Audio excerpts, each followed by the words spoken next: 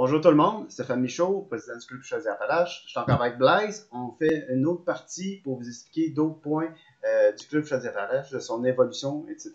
Fait qu'on regarde l'intro, puis on revient tout de suite après pour vous montrer ça.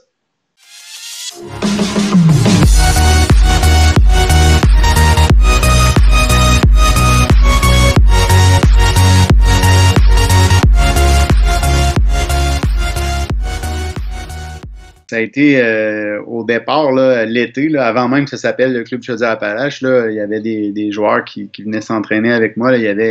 Il y a Sébastien Choquette et son frère, Olivier, que je garde des très bons souvenirs. Ensuite, il y a eu Shannon, Shannon Sirke. Ah oui, tu l'as entraîné, je ne savais même pas. Oui, oui, je connais. Quelques étés. Okay. Lui, il est entraîneur de badminton. Puis il est préparateur physique pour le Rouge et Or, pour plein d'équipes, basketball. Puis même, il est revenu nous donner des coups de main, puis il le fait encore aujourd'hui. Puis son expertise nous sert à faire nos programmes d'entraînement pour le club, puis pour le programme de badminton élite de Marcel Mallet. Il y a Nicolas Mazuet, qui est un très bon joueur, puis qui a passé aussi au club, qui est venu coacher. Il y a également Anne-Sophie Cloutier, qui est un peu plus récente, qui est au cégep, qui a atteint un très bon niveau. William Caron également. Je ne veux pas en oublier. Là. Au départ, il y a deux filles, Stéphane, que tu n'as pas connues, qui ont gagné le championnat provincial scolaire. Eux, ça a été la première année du club.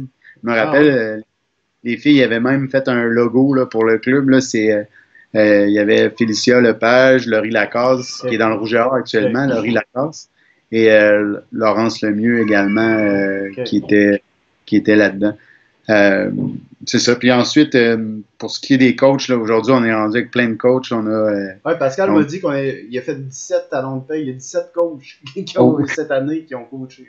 C'est incroyable. C'est ça. Puis, au départ, j'ai été seul pendant longtemps. Puis c'était un peu de ma faute parce que c'est comme si je faisais cavalier seul un peu. Je fonçais puis je me posais pas trop de questions. J'étais à temps que je réalise que c'était bon s'entourer.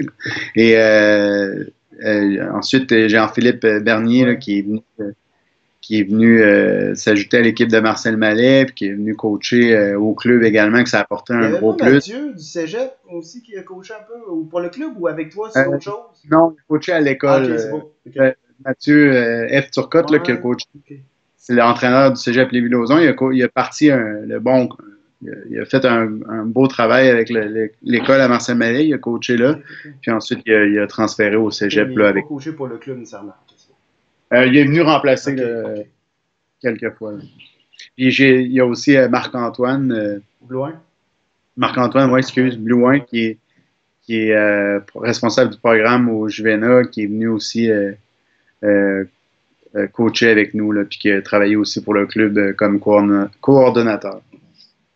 Moi, ça m'impressionne que les coachs les coachs de Québec, ils se déplacent pour venir s'entraîner, même ils prennent le bateau de traversier pour venir coacher à Marcel Manette, puis il n'y avait pas ça au début, même il y a les coachs de Québec qui se déplacent pour venir s'entraîner. Je trouve c'est vraiment bien. Dans les joueurs actuels qui performent, après Anne-Sophie, je pense c'est ça. Samuel qui performe bien, mais il y a Charles-Alexandre aussi. Là, puis les filles se débrouillent bien quand même là, au niveau RSEQ, je crois. Oui. Fait que ça va bien. Ah oui, en ce moment, je veux pas manquer de respect à ceux qui étaient là dans le passé, mais le club n'a jamais été aussi fort qu'en ce moment, là, au niveau de compétition. Là. On a beaucoup de bons joueurs là, qui sont classés dans les top 15 là, provinciales. Charles-Alexandre, Gagnon, Samuel Michaud, les jumeaux, pas Tristan, mais Olivier et Raphaël Laliberté. Puis les deux filles, Roxane Potvin et Rosalie Villeneuve, là, se classent très bien aussi.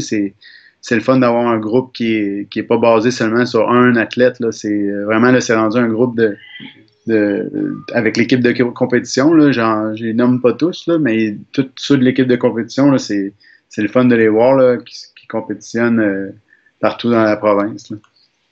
Ouais, pour terminer, Blaise, j'aimerais ça avoir ta vision pour les prochaines années et comment tu vois ça dans le futur.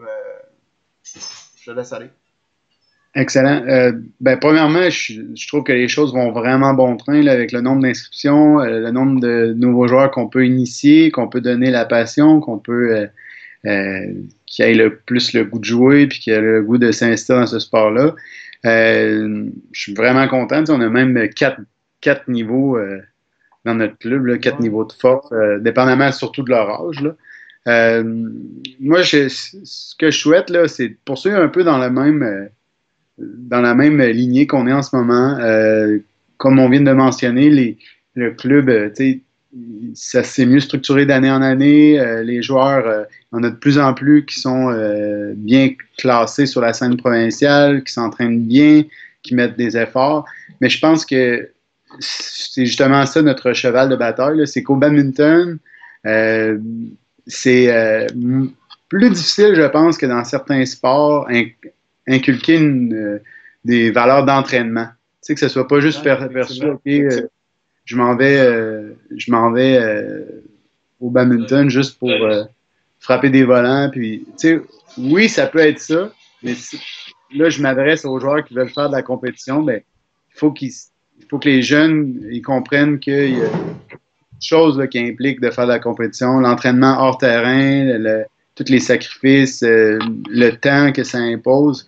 Puis moi, je pense, pour l'avoir vécu, je pense vraiment que ça vaut la peine de vivre ces expériences-là là, pour développer sa personnalité, ses qualités personnelles.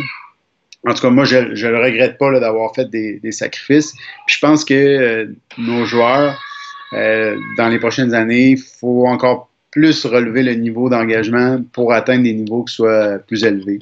On a réussi à s'établir comme un club, je parle au niveau compétitif, là, comme un club qui représente bien la région Chaudière-Appalaches, mais je pense qu'on peut devenir un club qui est dans les meilleurs au niveau provincial, puis même s'afficher sur la scène nationale là, dans les prochaines années, ce serait quelque chose de possible. C'est ouais, faut que tout le monde comprenne le sacrifice que ça impose, puis je pense que d'observer les autres sports, là, c'est super bon. Là. De voir qu'est-ce que le monde font en gymnastique, là, comme entraînement, en hockey, en football, tout l'entraînement qu'ils font hors terrain, le conditionnement physique qu'ils font. Je pense que nous, il faut se diriger vers là si on veut atteindre ce niveau d'excellence-là. C'est sûr que, pour terminer, là, c'est sûr que ça impose des sacrifices, mais je pense vraiment que ça en vaut la chandelle. En tout cas, merci beaucoup, Blaise. C'est super apprécié. Puis, moi, je pense que ce format de vidéo-là, le monde va l'aimer. Puis peut-être qu'on pourrait peut-être en faire un épisode 2 pour un sujet quelconque. Là. Bon, ben, merci tout le monde. Je te passe la porte, Blaise, pour finaliser la conclusion.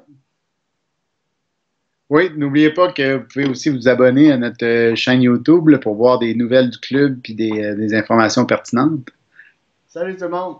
Bye. Salut.